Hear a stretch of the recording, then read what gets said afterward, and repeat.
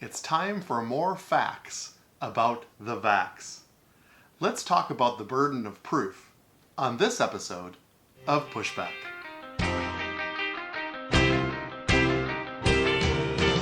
Go, go, go, Johnny, go, go. Go, Johnny, go, go. Go, Johnny, go, go. If you're concerned about the direction our culture is heading, then maybe it's time to push back.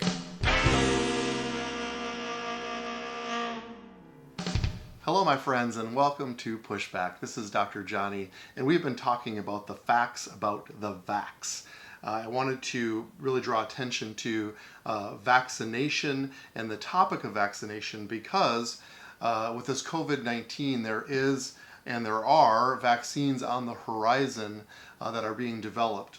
And it excites me in the fact that I believe that there is hope for maybe ending this craziness, and a vaccine could be part of that solution. The problem we have, though, as a society and as a culture, is there's been sort of a fear or a apprehension about vaccines in general. And so I felt like with my medical practice and certainly my opinions, which I have a lot of, I think it's good to talk about this openly and honestly and have a real discussion about vaccination. There's no way really to predict what's going to happen next in our world and with COVID. This is all new. And I'm just calling for my listeners to have a high degree of grace for this. There was measures that were implemented early on in this, and they seem to have helped. When the measures were lifted, it seems to have gotten a little bit worse. Now they are talking about mandatory masking that has come up this week, and I know that has been a hot topic. And I think it's a reasonable recommendation to continue opening our society and our businesses and our commerce with a safeguard in place. And I think that's the idea behind masking and enforcing the wearing of masks. But we as Americans, we don't like to be forced to do anything, especially in our culture. And that may be healthy. I think it maybe is a healthy culture as long as we actually listen to each other. As long as we listen to the experts and we listen and choose to actually help each other, especially the vulnerable people in our population. See, the healthiest cultures, I believe, don't actually need external control. And that's what we're seeing, an attempt to externally control us. But we are to be internally controlled. And when we are looking to do what is safest and what is the healthiest for ourselves and for each other, then I don't believe that we need to be externally controlled. So if we are proactive and informed, then a mask mandate may not be necessary because we would already be doing it. And I would argue as a physician, as a medical expert, that wearing a mask is a pretty small price to pay. We just bristle when it's mandated to us, don't we? We don't like that. So let's do both. Let's be informed. Let's do what's best for our culture and protecting ourselves during these unprecedented times. And let's also make sure that our liberties aren't being stomped on and that we have a voice and that we are being heard. And that's part of the heart behind this podcast, is to be a platform for voices to be heard. Now, I want to be super clear, even though, as I'm sure you're guessing, I am a proponent of vaccination. But I do not propose mandatory vaccinations. I just feel that once people are informed, they will also see it as a small price to pay for perhaps even global healing. I, on the other hand, have no problem, however, if private companies mandate it for their employees and for their customer safety. I think they also have the right to protect themselves. It's their right. It's like forcing their employees to wear a hard hat or to have the appropriate driver's license for the vehicle they drive for their business. I believe these are safeguards that companies have the right to mandate to their employees. Vaccines are kind of a different animal. I get that. It's more invasive, and however, I believe that we as Americans do have the right to protect ourselves and see it as that. See, I have been listening a lot this week and the weeks prior to preparing this to sort of the quote-unquote other side of the argument and their concerns. And so I want you to know that I have been open-minded to these things, and I've been listening to the other side. And I know that there are a lot of people that talk about pro-vaccination as if people are adamant about any vaccination that's available you should get. And then there's the anti-vax people that say you shouldn't get any vaccination. When the truth of the matter is there's probably a lot of people somewhere in between. And it's okay for us to have a real, intelligent, knowledgeable conversation about vaccinations. And I've also heard the concerns as I've been leaning into this topic that doctors tend to brush aside the concerns about vaccines. That we have been accused of sort of drinking the Kool-Aid in medical school, and that we are ignorant to the dangers that are there, and we just blindly say, nope, this is good, just take it. Well, I don't want to be that doctor, so here I am with a Pushback podcast, and I want to hear your concerns. I want you to talk to me about this topic in a forum of honor and respect, so that we do what is best for us, for our families, for our children. That's what we all want. It's common ground. And what I shared last podcast, we're all on the same team here. And so I know last week I maybe was bad cop. This week I want to be a little bit good cop. I am not against alternative medicine. And not all objections to vaccines are just from that camp either, to be fair. What I'm against, though, is backbiting and tearing down and dismissing one another. And most importantly, using fear as a tool of influence. I'm not a fan of that. I don't think we should ever make decisions for us or for our family through a filter of fear. And so if you are being bombarded with fear rhetoric, I would ask you to be cautious of that filter. To remove the filter of fear and really pursue truth towards healing. Remember, we're all on the same team. Jesus even said it, they aren't against us, they're for us. It's important that we understand that we as medical professionals, we as those who are advocates for health in our society, we're all on the same team. We all want what's best. So for this podcast, I want to focus on what I refer to as the burden of proof. And here's the simple position I want to take for this podcast. Whoever makes a claim has the burden of proof. And unfortunately, what I've been seeing a lot, and I'll use Facebook as an example, is there's a lot of things that are being thrown out there as claims without backing it with the burden of proof. And if you take that information on Facebook and you forward it and you pass it on without receiving the burden of proof connected to it, then you are actually releasing information that I would say is empty information. So there are people in this discussion that say vaccines are efficacious and safe. I would happen to be more in that camp. And there are people that say vaccines don't work and they are unsafe. And I want to respect both positions, but both positions are claims that require a burden of proof. So any claim that is made, you are actually taking the cloak, you are actually putting onto yourself then the burden of proof to defend what you are claiming. Otherwise, it can fall into the realm of conspiracy theory or abject hearsay, or even just anecdotal type evidence. And we don't want to do that. It's hard to sift through some of those things. So we want to respectfully take the burden of proof because it's important, and it's critical to the discussion that we talk about with vaccines. So wild claims are made, not often evidence-based. I talked about that a lot in the last podcast, that vaccines are unsafe. But oftentimes they don't stand behind that burden of proof. And so I want to discuss from that angle, from the issue of burden of proof. So let's talk about a few of those claims that have been made that say that vaccines are unsafe. One myth that does not seem to go away is that DTP vaccine causes sudden infant death syndrome, or SIDS. You may have heard this before. This belief came about because of a moderate proportion of children who die of SIDS who have recently been vaccinated with DTP. Now, on the surface, this would seem to point towards what we call a causal connection.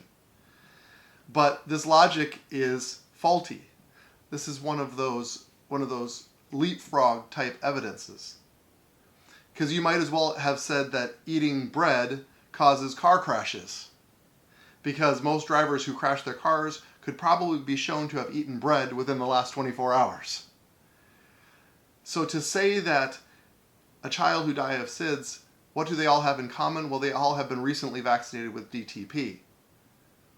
Well, that is not evidence. That is a causal connection that does require investigation. So what have the investigators found? Nearly unanimously, they found that the number of SIDS deaths temporarily associated with DTP vaccinations was in the range expected to occur by chance. By chance. In fact, several of the studies actually showed that children who had recently recently received a DTP shot were actually less likely to get SIDS. That's what the evidence shows. That's what the investigation came behind those causal connections. And so we can't just connect ourselves to the headline that says children who receive DTP are more likely to die of SIDS, because the studies have actually not proven that. So the claim doesn't have the burden of proof. So we all are aware, and I'm somewhat in shock that this is still a conversation, that there has been an attempt to connect mercury in vaccines to autism. We have noticed an increase in autism rates, and it's still increasing. There has been an attempt to try to cause a connection between the mercury, even though an extremely small amount, to children developing autism. Well, one thing was easily done. Thimerosal, the mercury additive to the vaccines, were actually all removed in 2001. Now, it wasn't removed because there was a direct connection between mercury and autism. It was removed because of the apparent potential causal connection. So they decided just to remove it. It wasn't based on evidence. It was based on social pressure. So they removed the mercury from the vaccine. Now, what should have happened very quickly within a very short generational span, autism should have declined. And it not only should have declined, it really should have gone to zero the second that the mercury was removed from the vaccine. The problem is that the autism rates have continued to increase. Continued to increase. Now, some of the increased autism rates have to do with doctors simply getting better at diagnosing autistic children. And we know that we've heard of the spectrum of autism because there's a wide range of spectrum, and all of these are now being classified as the autistic spectrum. Because of that, the numbers are increasing simply because detection has been getting better. But clearly, there is no even causal connection between mercury and autism. The facts simply were wrong. The claims were wrong. And the evidence that all with autism happened to be vaccinated was wrong. And so there was a simple misunderstanding. So what is causing autism? We're unsure. Maybe it's milk, maybe it's bread, maybe it's water, maybe it's anything else with a causal connection. Maybe all of these need to be investigated, but we can say with really 100% certainty that it's not mercury. And if you dig deeper into the whole mercury discussion, there are different types of mercury. There's mercury called ethyl mercury, which is thimerosal, which is the preservative put into vaccines. That does not accumulate in human tissue. There is something called methyl mercury, which is found in fish, and that's why there is a lot of recommendations to limit your fish intake, because that mercury does accumulate in your tissues. Nothing to do with thimerosal. It's a complete misunderstanding of even how the mercury would work in our body. But again, the whole point is moot because it's not even in vaccines anymore. It's the same discussion between ethyl and methyl alcohol. Ethyl alcohol is basically what you find in beer. Methyl alcohol is what you find in windshield wiper fluid. If you drink that, you're in a world of hurt. These are different substances altogether. So my question is, where was the burden of proof? Where are these people that said that mercury is directly connected or causal to autism? Those people need to be honorable, and they need to stand up and simply say, oops, I was wrong. That is not the case, and we need to change the conversation about it because there is no connection. They have the burden of proof. If they are still making the claim, there is no proof, and they are required to back up their claim. And because mercury kind of fell to the wayside, unfortunately, they have turned their attention now to aluminum. Aluminum is an additive in vaccines that actually does help trigger a stronger immune response to the vaccine. This is true. But it is present in minuscule amounts in vaccines. So let me give you some perspective on aluminum. So we get 1 milligram per kilogram per week of aluminum into our bodies from diet alone. Okay, let's say I'm a 70 to 80 kilogram man. That means that I'm getting 80 milligrams per week from my diet alone of aluminum. A vaccine given to a child has less than 1 milligram. The total of all vaccines in the first 6 months of life given to a child is 4 milligrams. That is half the amount that is found naturally in breast milk and 1/10 of the amount found in formula.